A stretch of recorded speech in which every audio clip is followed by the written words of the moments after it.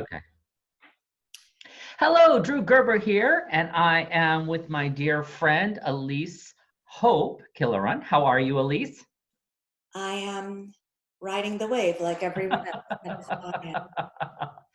It's freaking crazy. It's really crazy. But I think that, what we talked about in part one is coming home to ourselves. I think that's really the opportunity, and that is the gift, and that is really the challenge. Because it's interesting, because I find myself going in and out of, oh, I'm fine, completely stressed, anxious. And it usually is I'm like, fine, fine, fine, until I hear a bit of news or I go to Facebook. And then I'm reactivated. But I'm torn because I feel like this is such a critical point in history that I don't want to miss it. So it's like I don't want to not be present to the process, but I also don't want to get sucked down too far down the rabbit hole. I actually had a thought, well, maybe what I should do is just ignore it completely until the storm passes and then go back, read it like it's history. You know what? Yeah. I can hear you, and I'm sure that a lot of people are feeling that. Like it's almost like we have one foot in each world. Yeah. Like there's a part of us that is aware of how we have everything is so unstable and so Yep. uncertain, and there is nothing that's holding us tethered to the reality that we are entrained to. And Yeah. then there are moments of like, wow, what does this mean? Like, what else is here? What else is possible? Like the moments, like the small moments with your family where you're like, wow, this is a nice moment. And then you stop and say, how can I have such a nice moment in the midst of what's happening? So like there's both those pieces simultaneously. And I think what we Yeah. wanted to do today was kind of to talk about what it takes to bring the resources of those moments when we do feel home for ourselves and be able to access them in the other moments, kind of like to Yeah. start to build a resource bank that we can tune into, because otherwise we're just going like this. So that was the idea. Yeah, I shot this video about actually riding the wave because I think that we live in an illusion like that we can just ride the highs. And the truth is we just need to give ourselves space that we're going to be doing this, right? It is just part of the cycle of this and giving yourself space. But what I love about and why I wanted to do this video with you is giving people resources. One to kind of nurture and hone and accumulate those resources when the waves are high, so you have them when you're down. And I think that that's what I'm most excited about doing this process with people, and I appreciate you doing it because well, whenever I'm with you it makes a difference. Oh, I feel the same way. I was just saying before we started recording that I don't know how people are weathering this without connection.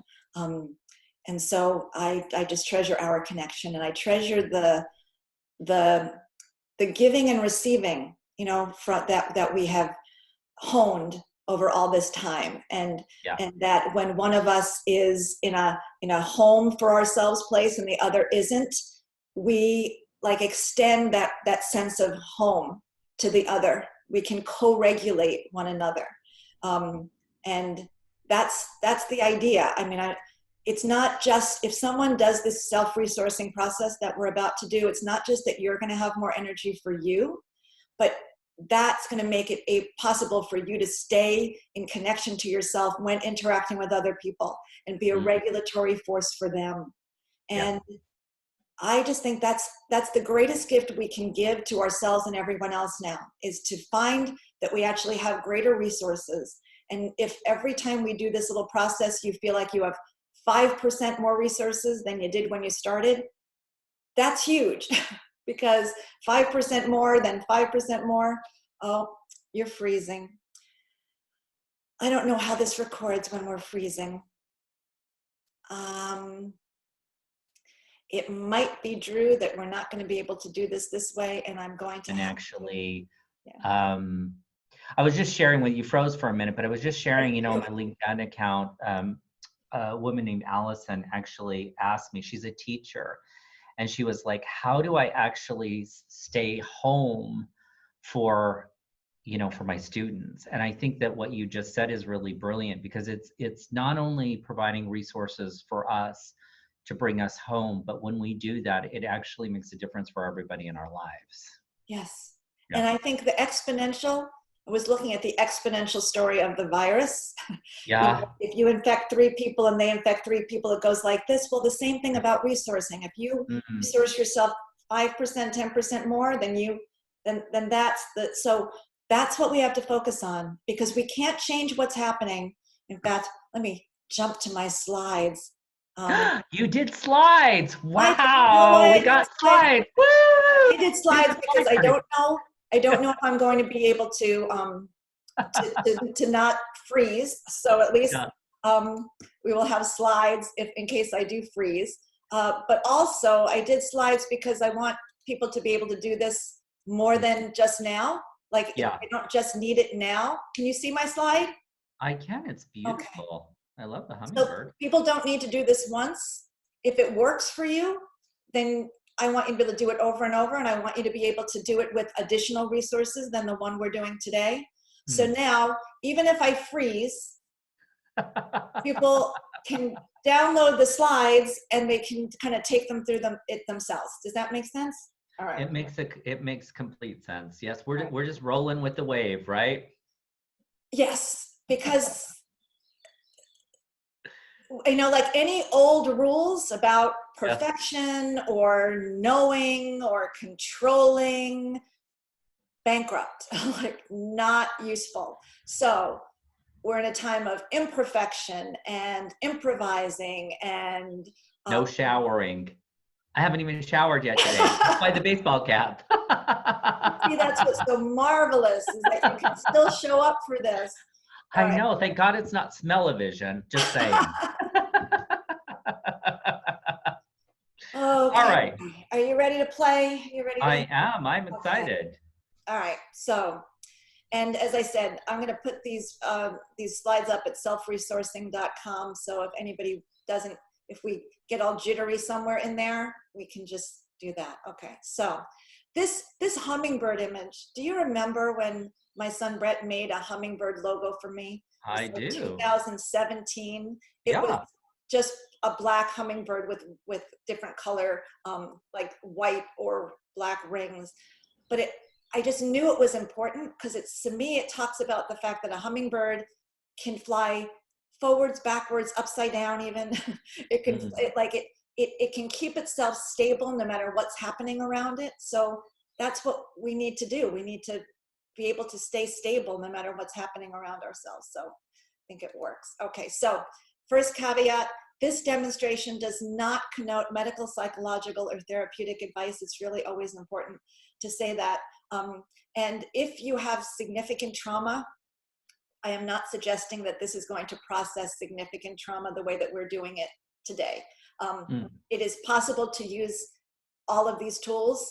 I'm going to introduce 3 different ones to process trauma, but not in a large, just watching a video. So if it doesn't feel safe, if at any point you feel overwhelmed, pause. Don't continue. But I want to talk about, we were talking about the stress of this moment. And I love this simple explanation that stress is the perceived demands of the external world minus your perceived internal resources. And up till now, most of us have been saying, well, I feel stressed, I'm going to try to limit the demands on me, right? But we can't do that in this situation. I mean, we can stop watching the news and we can, stay home, but we can't stop the situation. But we can try to increase our perceived internal resources, and then that decreases the stress. So that's the approach we're trying here. And this is a reminder that our goal is to come home to ourselves, to find our center, to stay in our center. There is, the point of all of this is to take your attention from the outside world and bring it present, and then fill it, and then bring it back to the outside world. So, all right. In this moment, most of us are experiencing a heightened activation of our physiology, of our nervous system. we're getting reactive or shut down, or we're going back and forth between those. We're feeling at the effect of life. And in our heart, we're aware of attachments. We're either getting clingy or we're kind of shutting down, closing off. And our mind is typically recycling the past, ruminating, projecting into the future, trying to control things. So we're going to bring 3 different resources. We're going to bring a resource for the physiology of calm. We're going to bring a resource to the heart of compassion. And we're going to bring a resource to the mind of creativity. And we're going to bring these resources out from inside of us because we all have them. But we're going to soothe our physiology with calm. We're going to soothe our heart with compassion. And we're going to soothe our minds with creativity. Sound good? I don't know if you're frozen. Are you frozen? Oh, you're not. You were frozen. I was frozen. You were frozen. But it's okay because we have slides, Drew. We have slides. All right. We have slides. Gave them plenty of time to actually read them. The slides. Okay. Yeah. And here's the 3rd caveat. I'm going to suggest that we pick some subjects, and I'm going to teach you how to measure how distressing they are. So we want to kind of stay in things that are upsetting, but not like physiologically overwhelming. So I'm going to talk about SUDS, which are subjective units of distress. On a 0 to 10 scale, we're wanting to find things that kind of make you like for the first time, maybe a 5 or a 6. We're not going to be able to help too much in the 9s and the 10s. So start with a 5 or a 6. And then when you feel more resourced, you might try something a little higher, but we're going to try to keep it there. Make sense? Does. Okay. And I want to shout out to the people who have contributed to the way that this process goes. The first is Harry Pickens from his neurocalming techniques. The second are Dr. Stephen Ron Rudin, who created Havening. And the third is Richard Schwartz of Internal Family Systems. So, and if you have these slides, you'll have those links. And the purpose is to provide a direct personal experience of a more resourced way for you to be with some of the things that are currently distressing you. Like I said, we're not changing the outside world, but we're helping you feel like you can be with it, which is important. It's the difference between bypassing, which is, I can't think about it, I can't deal with it, I don't want to know, and expanding yourself, like, okay, I can be with this, I can stay home for myself, I can look directly at this, I can tell the truth about it, I can become kind of aware of it without being overwhelmed by it. That's what our goal is. Yeah, being resilient. Yeah. Yes, resilience, absolutely. So supplies is really just one single piece of paper and a pen or a pencil or whatever you like to use as a writing implement. If you want to use a magic marker, hey, run with it. But a single piece of paper and a pen are all the supplies you need. Okay, so we have 3 general steps. We're going to unhook, unlock, and unleash. We're going to unhook what's going on in your physiology, unlock what's happening in your heart, and unleash your creativity, your new way of looking at things. So the resources that we're going to be tapping into, I mentioned I wanted to bring up Richard Schwartz of Internal Family Systems because he has this wonderful model that says that while there are parts of us that will be worried and parts of us that are going to go into control, underneath all those parts of us that are trying to navigate this situation from the old patterns that we're used to, there is a self with a capital S. He talks about self-leadership. Self with a capital S that has at least the following 8 qualities. So we're going to be tapping into 3 of those 8 qualities. And if you ever do this again, you can try some of the other of the 8 qualities. But I find that everyone has access to these when we can put the pieces of ourselves that are so hyperactive right now. When we can put them a little to the side, we find that these resources are there waiting for us. Okay, so we're going to begin by focusing on how to come into the present moment. And we're going to use something called havening.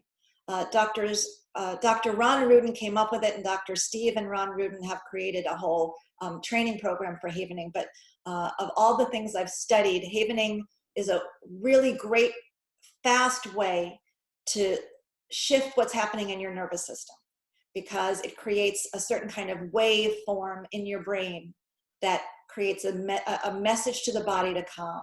And all we have to do to self-haven, there's many different ways. We're just going to stroke our arms like this at this pace.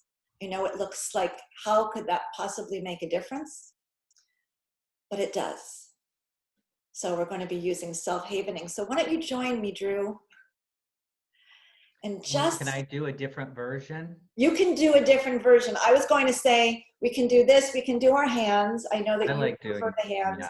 And there is the face, but in the time that we're in, we're not supposed to touch our faces, so let's not do our face. Oh, I hadn't thought about that. Yes, I love the hand one.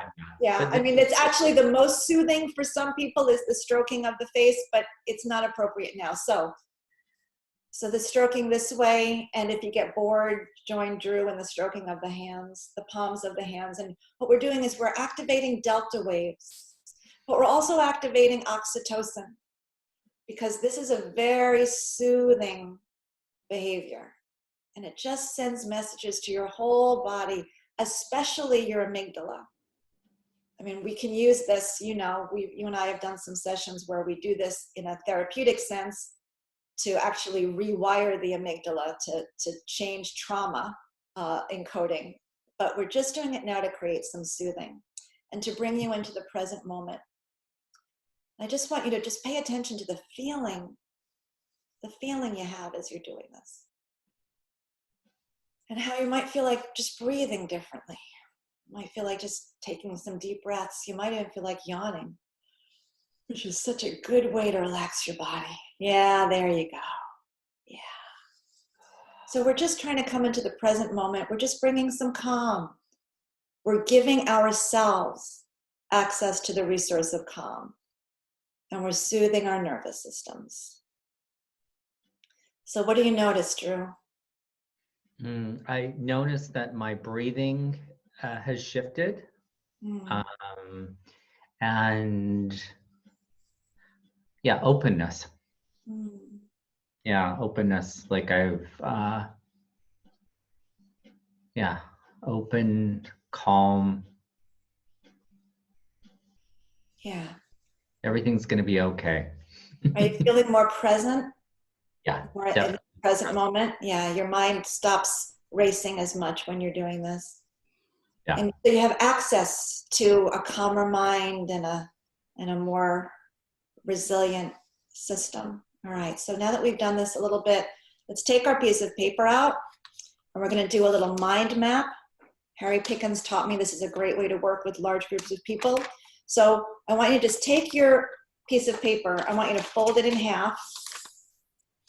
And on the left side, I just want you to start to write, right on the top of the page, parts focus, which just says there are parts of me that are focused on. And then after you write parts focus, write some of the things your parts are focused on. Like there's a part of me that's focused on the fact I didn't take a shower. There's a part of me that's focused on the fear. There's a part of me that's focused on how much I miss my son who's in California right now. So write the parts of you and just give them each like a line. Because we want to honor and acknowledge what we don't want to bypass. We want to look right at what's taking our attention. I'm just going to be quiet, give you some space to do that.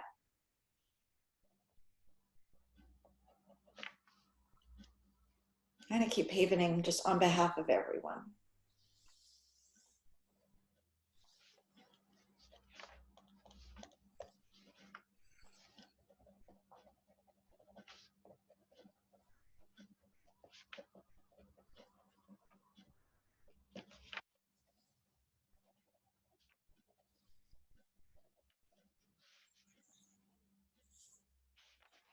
Can you give some more examples for people, Elyse, about the different parts? That may be a new concept for people. When I'm saying parts, because I think what we typically say is I'm worried about. And when we say I'm worried about, then you and your worry are blended, like you're one. Mm-hmm. And it's not true that you the big you, the full self is worried, there's a part of you. So even just saying there's a part of me that's worried about, there's a part of me that's sad, there's a part of me that's grieving, there's a part of me that wants to just curl up in a ball. And then putting it down on paper, you get a certain kind of a distance from it, which starts to help you access that self with the big S that has all the resources. So by saying part, we're just allowing ourselves to recognize that this is happening in us, but it's not us. It's not all of us. Does that make sense? It does. Yep. Right. So if you have more that you want to write, maybe it's good to just stop here. We don't need to have a page full. You can do this over and over again, as I said, with the video, and with, you can pause if you needed more time. But now that you've got your parts focused on, I want us to now kind of just look at them, and I want us to just be in acknowledgement, like we're not bypassing. All of that is valid. Like those are valid fears, those are valid systems of emotional intensity that are valid. Like it's so often that we try to repress and suppress and not look at them, not let ourselves feel them, pretend that we kind of can just keep going without them. But self-resourcing requires that you acknowledge, you honor, and you see the validity of everything that's happening for you. Because unless you see the validity, you can't see it another way. So we're going to acknowledge all of that is valid. It's totally valid. I would be lying to you if I said that, knowing that I have a son who is on lockdown in California, and every time I see the news, I would be lying to you to say that that is perfectly fine with me. Of course it's not perfectly fine with me. Of course, just thinking of that is going to bring tears to my eyes. Of course that is valid. And simultaneously, I can have access to something that doesn't keep me locked up in that. So, all right, we've done our unhooking. Now let's do a little bit more havening, just to kind of, that might have kind of activated some people. And like I said, we didn't want to go to the really, really big things, but just, we can soothe ourselves again. We can kind of come back to self. Yes? You were frozen. Okay. You're frozen. I just suggested self-havening to just kind of bring some more calm. After looking at that, there's probably a little bit of activation more than before. Yeah. All right. So now we're gonna attune. We're gonna feel what these things feel like. So, as I said, they're all valid and they all create a feeling. And I had mentioned the subjective units of distress before. So imagine on a scale of 0 to 10, you can kind of pinpoint how distressing each of those things on your list is. So I want you to go to your list. And for each of those things you wrote, I want you to feel kind of inside, on a number of 0 to 10, what's the number that you're at for those things?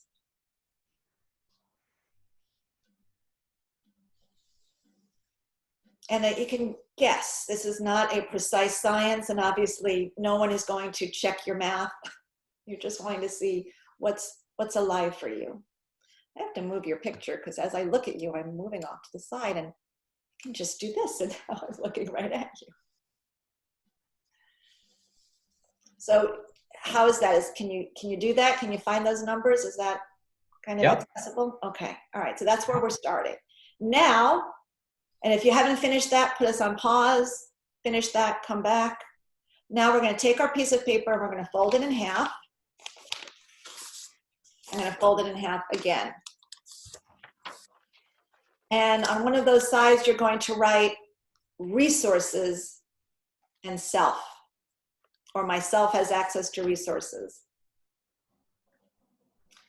And I had shown you the list. It's on a previous slide of the 8 C's of self-leadership. We're going to focus on 2 of them now. There are 8 of them. So we have access to calm, and we've done that. We've accessed calm. Hopefully you're feeling like 5% more calm than you were when you started. Do you think you are feeling like 5% more calm? Okay. I think I'm more like 15. Ooh, all right.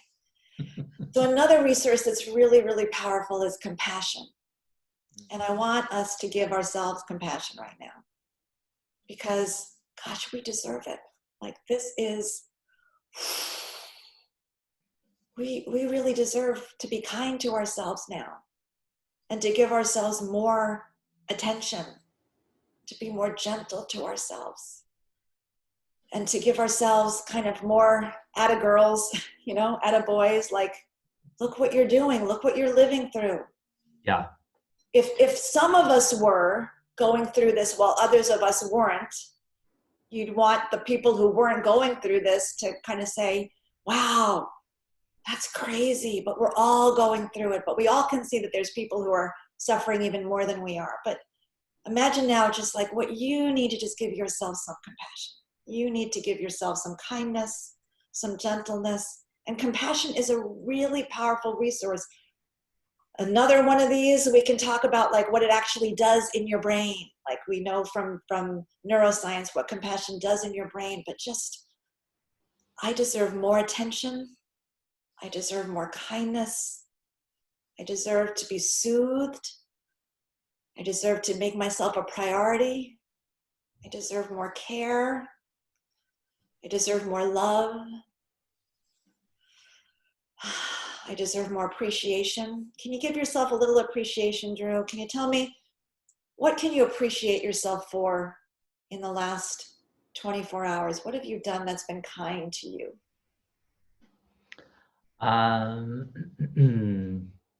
Well, I think that the thing that for me is really on the business front, to be looking at how I'm really committed to making a difference. And that really takes care of me to be in that inquiry. So it's interesting, the conversation about when I put my attention on caring or wanting to make a difference for others, it actually has me feel more taken care of. So you actually also have ESP, because that's the next part of the process. I want you to take the other side of the paper, and I want you to write compassion for others. So I want you just to sit and think right now and write some people who you wish had more resources right now. Who do you have compassion for right now? Clearly, there's a lot of compassion needed on the planet right now. There's a lot of suffering. So immediately, you had started this conversation before we recorded, telling me what's happening in Italy. Like, oh, yeah. Imagine we could flow like a river of 10% more compassion to all the people in Italy. And all the healthcare workers. And all the scientists who are trying to figure out what we should do. And all the people who are very, very lone right now. I mean, people who are feeling very cut off, self-quarantined, cut off, lonely, scared. And all the families who are together and making each other nuts. I have such compassion for having little children and trying to be the strong one in this moment. Wow. And compassion for people who are sick.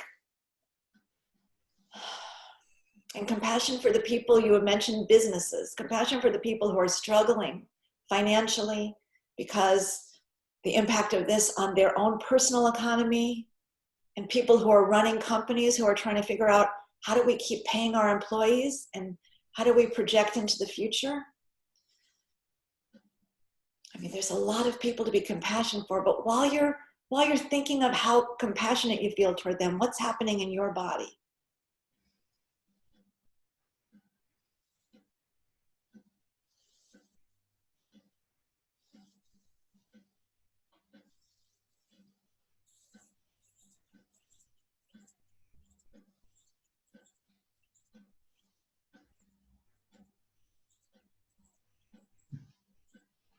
What do you feel? Oh, I thought you were asking them the question. I was asking you as the proxy for them. Are you frozen? We might have a frozen moment. So I'm waiting for Drew to come back, and he's waiting for me to come back. Tell me when you're back, Drew. We're just very, very patient. But then it kind of calms down. So there's kind of like a rise, and then it kind of like, it's kind of like up, and then it goes a little bit deeper.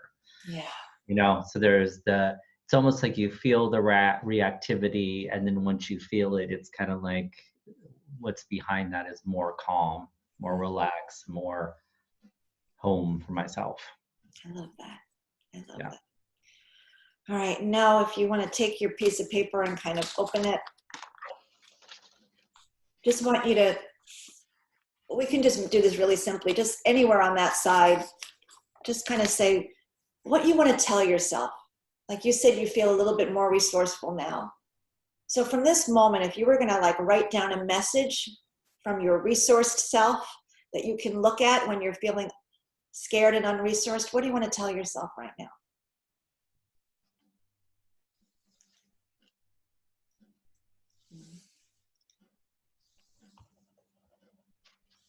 Do you want to tell yourself that you have a right to feel the way that you feel? Do you want to tell yourself that? I think it's all like, it's all divinely guided. See, we can tap into that awareness when we're calmer. Like there's something here that's not just what we see on the surface. There's something happening underneath. We're being invited to something. Right. We're being invited to recognize that it's not just what's happening, it's how we respond to what's happening. That we have a choice of how to show up. That when we're calmer and more compassionate, we actually have more to offer other people. Yeah. Okay.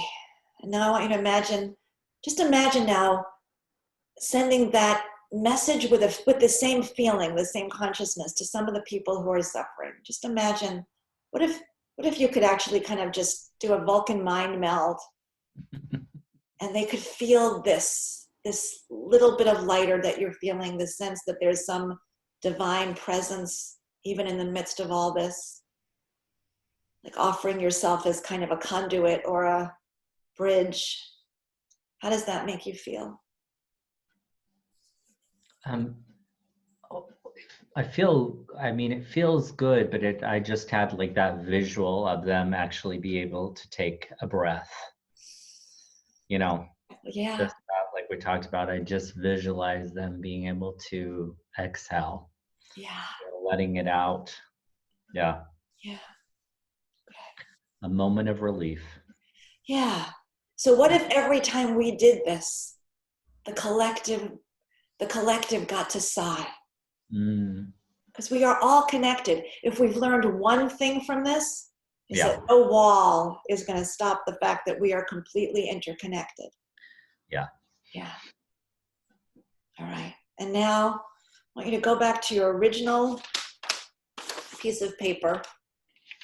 We actually had jumped into unleashing, and I forgot to say we were bringing calm and bringing compassion. And I didn't move us into creativity as much, but the next time you do this, you could try, like, what creative messages do you have from yourself to you? Actually, you can do that now. I want you to look at the things you have on your list and look at the suds and tell me, did the suds change? Yeah, they definitely changed for me. Okay. Yeah, it's interesting you bring what's there's a calming down, and creativity automatically emerges. Exactly, because all of these C's are connected. So if you were to sit down now and look at those things, tell me if you, look at one of those things and tell me if you have a more creative sense about how you could show up for that. Look at your list and see if there's one of those things that you just feel like you now can tap into some creativity about how to respond instead of react to that. Yeah, so for one of the parts was, my interaction with the news. And if I brought that, just what we talked about, right, that moment and sending that compassion. Yeah, we're on another time of losing our internet connection because everyone is using the wireless at the same time.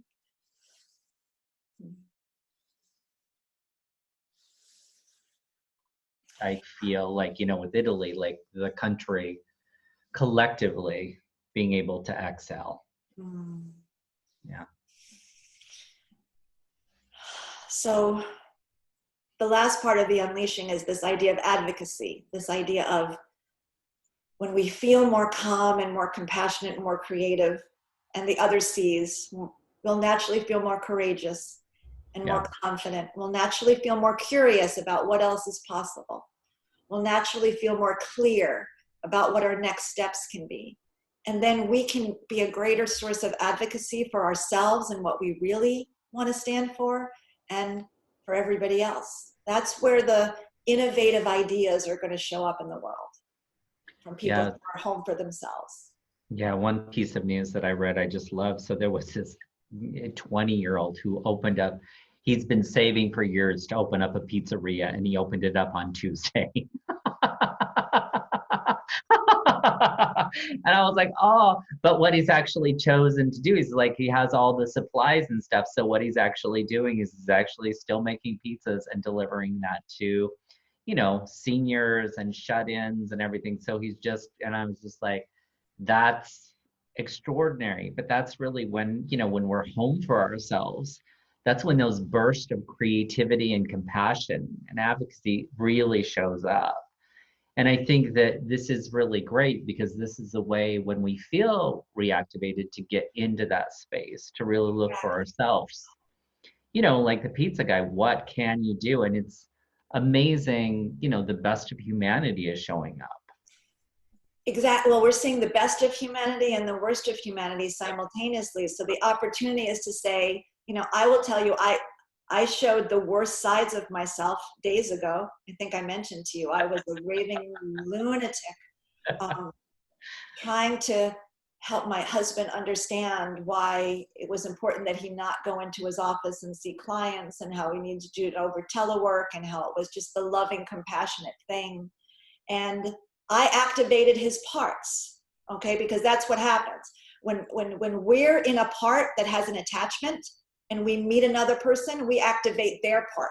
So I was attached, so he was feeling controlled. So I pushed, so he pushed back. So I pushed, so he pushed back. It was not a good look for either one of us. And only when I finally calmed myself down and came home to myself and was able to say to him, look, I'm not just concerned about me or you. I'm concerned about every person who has to come into your office to see you and sits down on a couch that somebody who just sat down on that couch might have been asymptomatic and didn't even know. Yeah. Like, for the safety of all the people coming into your office, if you do telehealth. And then he got it. He heard it, because I was not in my part. I was coming from myself with a capital S. And then he didn't have to be reactive. He was calm. And then, like, hours later, we got the message that he wasn't allowed to go into the office anyway. So it was, but yeah, when we're letting our physiology be hyperreactive, and our emotions be attached, and our mind be ruminating and projecting from the past, we're not creating what we're creating. Doesn't work for us, and it doesn't work for anyone else. We're creating maladaptive mechanisms for everyone. And when we make this shift and we come home for ourselves, every feeling that we have, every inspiration that's good for us is simultaneously good for everyone. I will go as far as to say that if you in this state think this is the right thing for me to do, it will be a contribution to everyone. And you're either incredibly still or did you hear what I had said? I think that this is really great. Anytime, you know, what we were talking about in the beginning. Oh, you're back. Yeah. I was just going to say that I what I love about that, well, it's great, right? Your husband's home doing work, right? On the internet, and probably your son's doing work. So this is one of those things we get to deal with. Yeah. It's awesome. In the past, Drew, I would have been very reactive to how are we creating this while it keeps freezing? How am I envisioning doing my work in a world where the internet will keep freezing? How do I fix it and make sure that doesn't happen? But right now it feels that almost it's a better demonstration to be like, wow, that's happening. This is not perfect. This is not at all perfect. And we go on anyway. Like that feels almost a better message than let's do it over because it wasn't perfect. Yeah, it's interesting in the business world. I'm actually seeing that really play out. I mean, people are becoming less and less, having to be camera ready. And, Michelle and I hopped on a potential business call yesterday, and it was like, I had my baseball cap on. Michelle, did our hair, and it was really interesting to see. But that's what people are really hungry for, is really authenticity right now, and being home for themselves, because that's really the business at hand. Is that it's not about the perfectness anymore, being perfect and everything. No, it's about telling the truth. It's about allowing yourself to be broken open. Yeah. Because there's no one who is going to say that they've got this part figured out. We don't. But we can stay present with it. And I can even tell you, I don't even know what the rest of my slides were. So let's see. Oh, I just had a thank you slide. I said, what else was I saying? I'm sure I had other things that I wanted to say, but that's all. So let me stop the share. Okay. So that's great. So, yeah. What do you notice? What are you noticing right now? Just kind of after doing the whole thing. And obviously, you don't have to just think of what's creative in one area. You could go down your entire list and see what creative ideas you have about all of them. But just in the name of time, we thought we should just do one example. What are you noticing overall?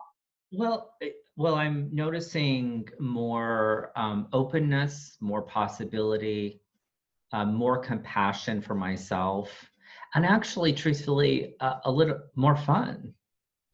Like it feels like an adventure, like being adventurous, to really step up and make a difference and be creative about it and everything, and have compassion for people and what they're actually going through. It doesn't stop that, it actually amplifies that. And I think that's what I'm really present. I'm just looking through my list. Yeah. And I'm also really present to how valuable doing this kind of work is now. Whatever the tools, whatever the techniques are, and this has been amazing, and I appreciate you sharing it. And I, highly recommend that people do this multiple times per day, even if they find the thing, go through the process. Because it's interesting, because I think if you go through it 3 or 4 times, you can sit down with a piece of paper and just do it, even without the video for yourself. You do not need me. No. We love you. Yes, we want to be with you. But that's the point. That one of my major, that I disappeared from public life for a long time. And the major reason was I felt like I had been in teacher mode. I had been an expert. People had been turning to me for advice and for how to. And it became so clear that was not what the world needed, didn't need any more experts.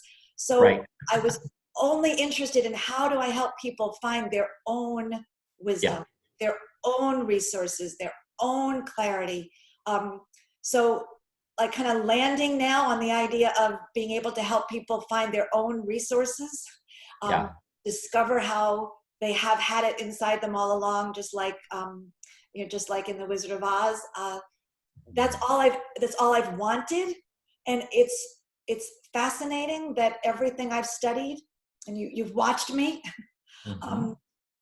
was only about almost being totally prepared for this moment. Like almost this is what I was born for. I came at this moment for this particular purpose. And I do not think that I am an exception. I think that there are a lot of us here who came for this moment. And so, but those of us who have had this feeling, I came for this moment, I call us change agents and catalysts. We thought that we had to help fix and change and rescue people. We thought we had to know. We thought we had to control and contribute. And we kind of had it a little bit backwards. We need to take such incredibly good care of ourselves that we have more of ourselves to offer to the world.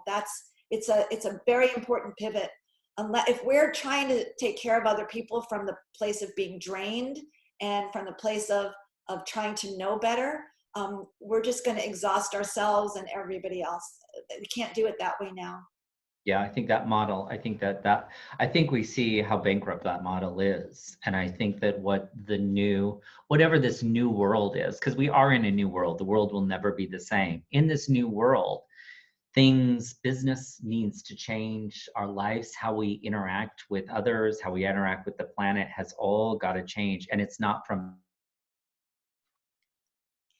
I don't know what happens in the recording when we have these moments. So Drew is filling it in on his end, and I'll fill it in on my end. And in case he doesn't Yes. come back, yeah, he just froze. But I love you. I appreciate you doing this. And you know, we're standing by.